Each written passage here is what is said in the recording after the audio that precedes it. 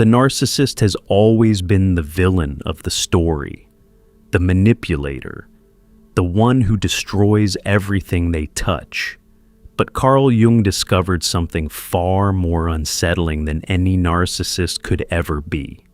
He found that when a genuine empath reaches the point where they truly stop caring, they become something the narcissist never could. Not cruel, not manipulative, something worse.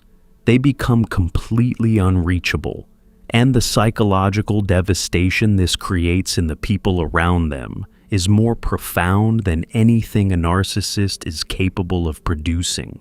Jung studied this transformation for years because it confused him. His most empathic patients would arrive one day fundamentally altered. The warmth was gone, the need to help gone, the desperate desire to be understood gone. And in its place was something that made even Jung uncomfortable. A stillness so complete it resembled emptiness. But it wasn't empty. It was full of something that terrified everyone who encountered it. Clarity without attachment, perception without investment. Complete understanding paired with absolute indifference to whether anyone else understood them back. Today, I'm going to show you what Jung discovered about why the empath who stops caring becomes more psychologically dangerous than any narcissist. What actually happens inside the empath's psyche during this transformation, and why the people around them experience this shift as more destabilizing than outright abuse. Because if you've felt yourself going quiet in ways that frighten the people who once relied on your warmth, Jung would tell you that you're not becoming cold. You're becoming something they have no defense against. To understand why this transformation is so powerful, you need to understand the difference between how narcissists and empaths operate psychologically. Jung mapped both extensively, and the contrast reveals everything. The narcissist operates from deficit. Their entire psychology is organized around a core emptiness they cannot face. Every manipulation, every charm offensive, every cycle of idealization and devaluation is driven by the desperate need to fill a void inside them that nothing external can actually fill. They need supply. They need admiration, they need control. Strip those away, and the narcissist collapses into the very emptiness they've been running from their entire life. The empath before their transformation also operates from deficit, but a different kind. The empath's deficit is abandonment. Their entire psychology is organized around preventing rejection and earning love through usefulness.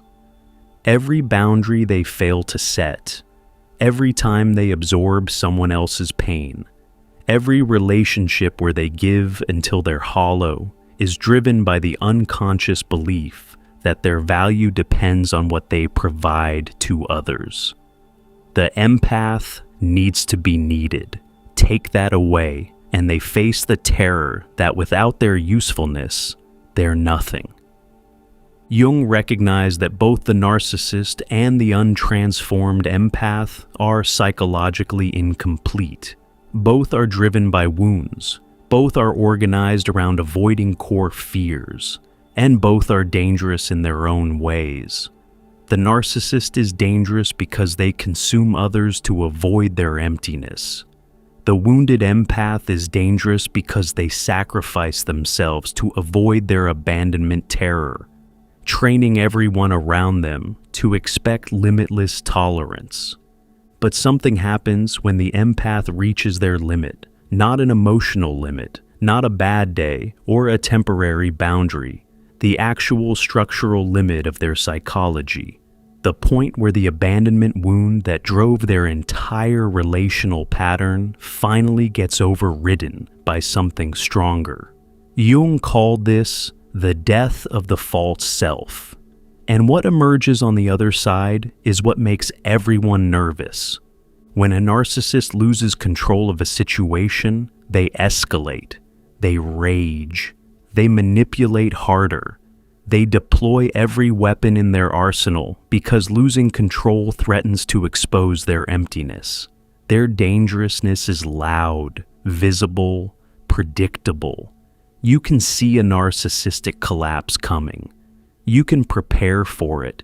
You can even use it against them because their desperation makes them sloppy.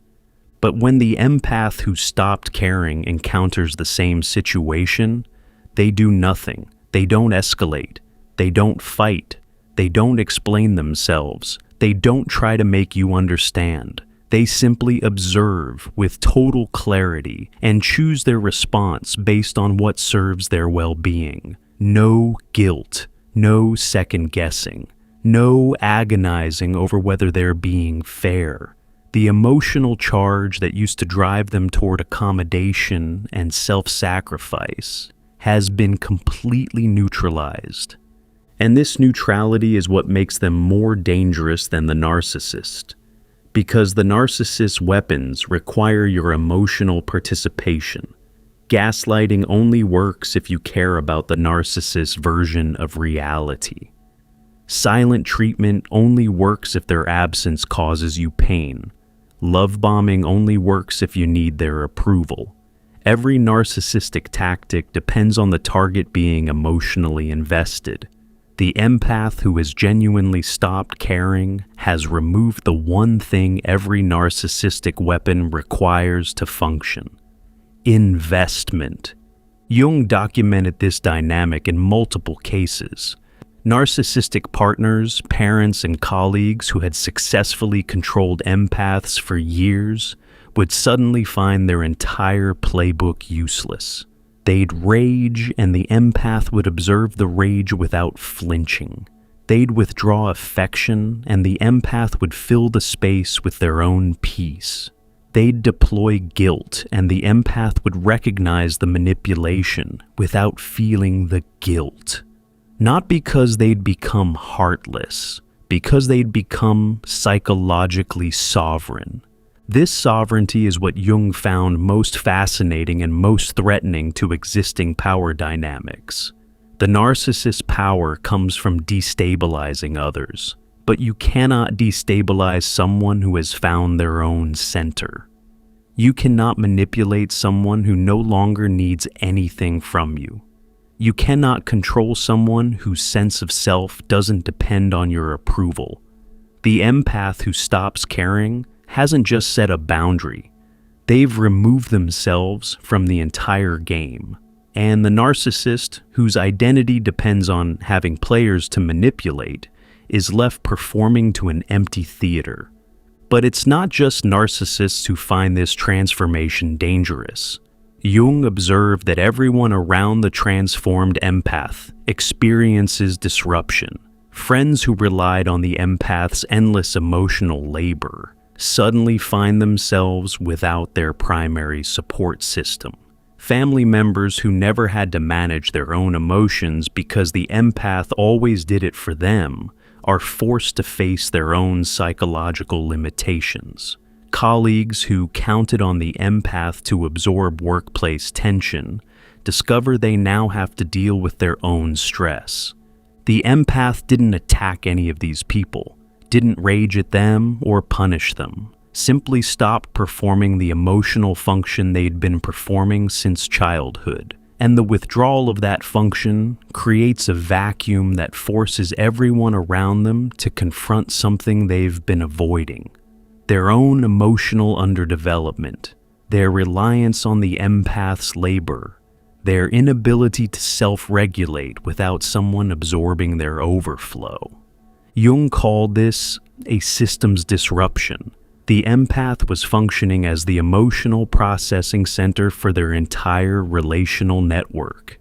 When that center goes offline, everyone connected to it experiences crisis. Not because the empath did anything aggressive, but because the system was never designed to function without them carrying everyone else's weight. This is why the empath who stops caring is experienced as more dangerous than the narcissist. The narcissist destroys through action, through manipulation and cruelty and deliberate harm. People can name what the narcissist does. They can point to specific behaviors. They can tell the story of what happened to them. But the empath who stops caring destroys through absence.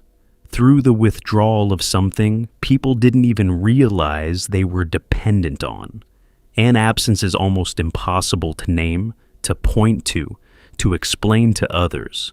How do you tell someone that the most devastating thing a person ever did to you was simply stop caring? How do you explain that their peace feels like abandonment, that their boundaries feel like rejection, that their quiet self-possession feels more threatening than any argument ever did? You can't. Because it sounds insane. It sounds like you're complaining that someone stopped letting you use them, which is exactly what's happening, but nobody wants to frame it that way. Before we continue, check out our new guide, True Self-Discovery, with 24 practical reflection exercises inspired by the teachings of Carl Jung, designed to help you find your way within. Click below to get true self-discovery. Jung identified 3 specific qualities that make the transformed empath psychologically formidable in ways the narcissist can never be. Understanding these qualities explains why this transformation terrifies people and why it represents genuine psychological power rather than emotional shutdown. The first quality is accurate perception without emotional distortion. Before the transformation, the empath perceived everything through the filter of their wounds. They saw people's potential instead of their patterns. They interpreted cruelty as pain that needed healing. They filtered every interaction through the question of whether they were loved and accepted. This distortion made them easy targets because they literally couldn't see people accurately through the fog of their own need. After the transformation, that fog lifts entirely. The empath still perceives everything they always did: the emotions, the hidden dynamics, the unconscious patterns. But now they perceive without the distortion of their own wounds coloring the picture. They see people as they actually are, not as the empath needs them to be. They recognize manipulation in real time instead of making excuses for it months later. They identify toxicity immediately instead of hoping it will change. This accuracy is devastating to people who relied on the empath's distorted perception to continue behaving badly. The narcissist counted on the empath seeing their wounded inner child instead of their abusive adult behavior.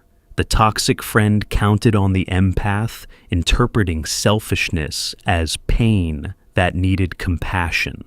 The dysfunctional family member counted on the empath translating cruelty into a language that made it tolerable.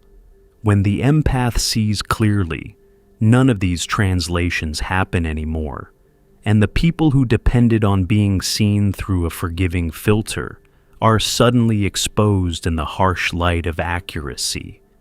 The second quality Jung identified is strategic silence. Before the transformation, the empath couldn't stop communicating. They explained their feelings endlessly. They processed out loud. They tried to make people understand their perspective, believing that if they could just find the right words, the other person would finally get it and change. This communication was actually the empath's way of staying connected to people who didn't deserve that connection. As long as they were talking, they were engaged. As long as they were explaining, they were invested. After the transformation, the empath discovers something that shocks everyone around them. Silence is more powerful than any words they ever spoke. Not angry silence, not punitive withdrawal, just the quiet refusal to explain, justify, defend, or convince.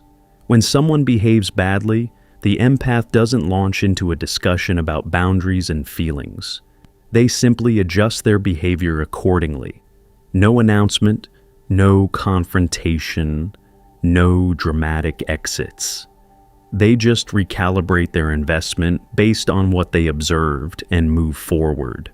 This silence is more destabilizing than any argument because it offers nothing to push against. The narcissist knows how to handle conflict. They're experts at twisting words, deflecting blame, turning your arguments against you. But they have no strategy for someone who simply stops arguing, someone who looks at them with complete understanding and then quietly redirects their energy elsewhere. There's nothing to fight, nothing to manipulate, nothing to distort. Just a person who sees everything, says nothing, and acts with precision. The third quality is emotional self-sufficiency. Before the transformation, the empath's emotional state was determined by everyone around them. Happy people made them happy. Sad people made them sad. Angry people made them anxious. Their internal world was a mirror of their external environment, which meant anyone could control how they felt simply by controlling the emotional atmosphere. This made the empath infinitely manipulable because their well-being was always in someone else's hands. After the transformation, the empath's emotional state becomes internally generated. They feel what they feel based on their own inner landscape, not based on what's happening around them. Someone can rage at them, and they remain centered. Someone can withdraw love, and they don't collapse. Someone can try to guilt them, and the guilt doesn't land. Not because they've become robots, because they've found an internal source of stability that doesn't depend on external validation. Jung observed that this self-sufficiency was what people found most threatening of all, because the greatest power anyone ever had over the empath was their ability to affect the empath's emotional state. Withdraw affection, and the empath panics. Show disappointment, and the empath scrambles to fix it.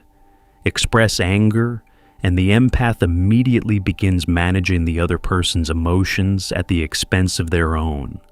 When that leverage disappears, when the empath's peace is no longer hostage to other people's moods, every relationship in their life has to be renegotiated from scratch. And most people aren't prepared for that renegotiation. Jung found that the people who experienced this transformation as most dangerous were precisely the people who had been benefiting from the empath's old pattern. Narcissistic partners lost their most reliable source of supply. Enmeshed family members lost their emotional caretaker. Parasitic friends lost their therapist, their shock absorber, their person who would always drop everything to help. These people didn't experience the empath's transformation as growth. They experienced it as betrayal, as abandonment, as cruelty. And this perception is revealing, because what they're really saying is that the empath's self-preservation feels cruel to them, that the empath choosing themselves feels like the empath rejecting them, that the empath having peace feels like the empath withholding something that belongs to them. And that tells you everything about what the relationship actually was. It wasn't connection, it was consumption. And the empath finally refusing to be consumed is what's being called dangerous. But here's where Jung went deeper than surface analysis. He recognized that the empath who stops caring doesn't actually stop caring about everything. They stop caring about the things that were destroying them. They stop caring about being liked by people who don't respect them. They stop caring about being understood by people who never tried to understand. They stop caring about maintaining relationships that only functioned because they were willing to bleed. They stop caring about performing warmth for people who mistook their kindness for weakness. What they start caring about is radically different. They care about truth. They care about reciprocity. They care about their own peace in a way they never allowed themselves to before. They care about the people who showed up for them when they had nothing to offer. They care deeply, but selectively. And that selectivity is what makes them dangerous, because the people who get cut from the empath's circle of caring are the ones who only ever valued the empath's utility. Jung described this transformation as the shadow integration of the empath. For their entire life, the empath rejected certain qualities in themselves: selfishness, coldness, indifference, the ability to walk away without guilt. These qualities lived in their shadow, denied and suppressed, because the empath's identity was built on being the opposite: generous, warm, invested, unable to leave anyone behind. The transformation happens when the empath finally integrates these shadow qualities, not by becoming selfish or cold, but by accepting that self-preservation is not selfish, that emotional boundaries are not cold, that choosing who deserves your energy is not indifference, it's wisdom. The narcissist never integrates anything. Their psychology is organized around avoiding integration at all costs. They project their shadow onto others. They deny their wounds. They construct elaborate false selves to avoid facing what's underneath. This is why the narcissist, despite being feared, is ultimately psychologically fragile. Their power depends entirely on maintaining illusions that can be shattered.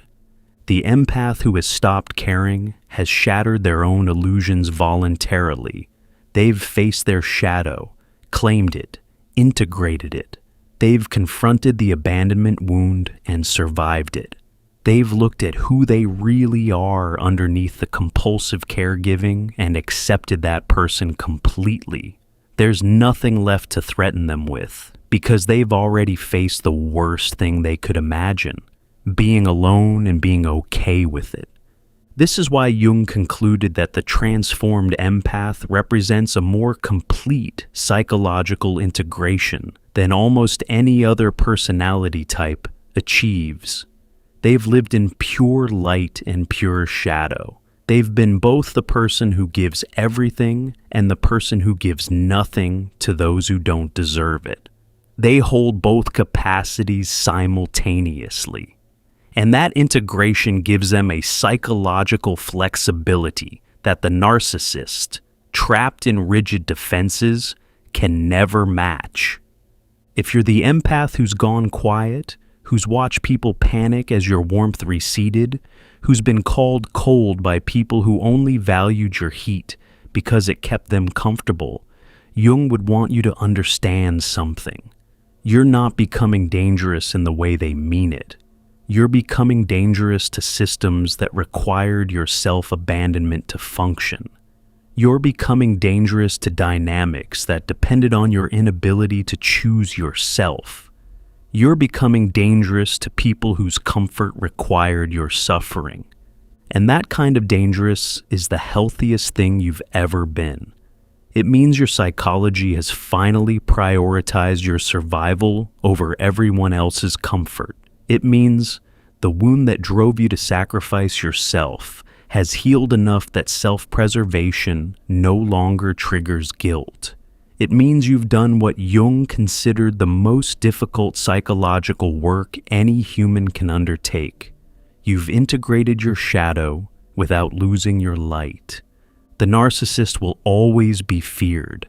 Their cruelty is visible, nameable, obvious. But the empath who stops caring will always be more powerful, because their power doesn't come from destroying others. It comes from the refusal to destroy themselves anymore. And that refusal, that quiet and absolute commitment to their own wholeness, restructures every relationship and system they're part of, without them having to raise their voice or lift a finger. You didn't become heartless. You became whole. And wholeness in a world that profits from your brokenness will always be called dangerous by the people who needed you to stay broken. Let them call it what they want. Jung would call it individuation. The point where you stop being what everyone needs and start being who you actually are. That's not cruelty. That's the most complete form of psychological health there is. And if it terrifies people, that says everything about what they were taking from you, and nothing about what you've become. If you haven't yet, check out our new guide, True Self-Discovery, with 24 practical reflection exercises, inspired by the teachings of Carl Jung, designed to help you find your way within. Click below to get True Self-Discovery.